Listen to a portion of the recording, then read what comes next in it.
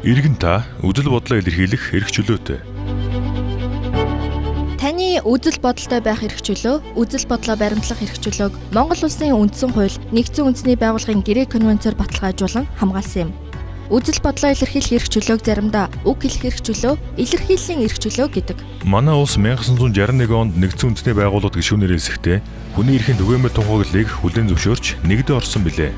1948 онд батлагдсан энэ тунхаглалын 19-р зүйлд хүн бүр өөрийн үзэл бодолтой байх, түүнийгээ чөлөөтэй илэрхийлэх хэрэгтэй. Энэхүү эрхэд үзэл бодлоо ямар ч саадгүй баримтлах эрх чөлөө, үзэл санаа, мэдээллийг улсын хэлийн цагаар үл хязгаарлан аливаа арга замаар эрж сурвалжлах, хүлээж авах, түгээн дэлгэрүүлэх эрх чөлөө багтна хэмээн тунхаглажээ.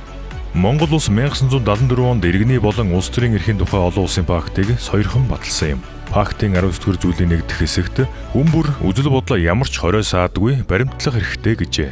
19-р зүйлийн 2 дахь хэсэгт хүн бүр үзэл бодлоо чөлөөтэй илэрхийлэх хэрэгтэй. Энэ эрхэнд төрөл бүрийн мэдээлэл болон үзэл санааг улсын хил хязгаарыг үл харгалзан амаар, бичгээр, хэвлэлийн буюу уран сайхны аргаар өөрийн сонгосон бусад аргаар ирж хайх, хүлээн авах, түгээх эрх чөлөө багтана гэжээ. Монгол улс иргэдийнхээ үзэл бодлоо чөлөөтэй илэрхийлэх, мэдээлэлтэй байх эрх чөлөөг үндсэн хуулийнхаа 16 дугаар зүйлийн 16, 17 дахь хэсгээр хамгаалдаг. Мөн үндсэн хуулийн 10 дугаар зүйлд Монгол улсын нэгдэн орсон, сойрхон баталсан гэрээ конвенц дотоодын хууль адил хүчин төгөлдөр үйлчлэнэ гэж заажээ.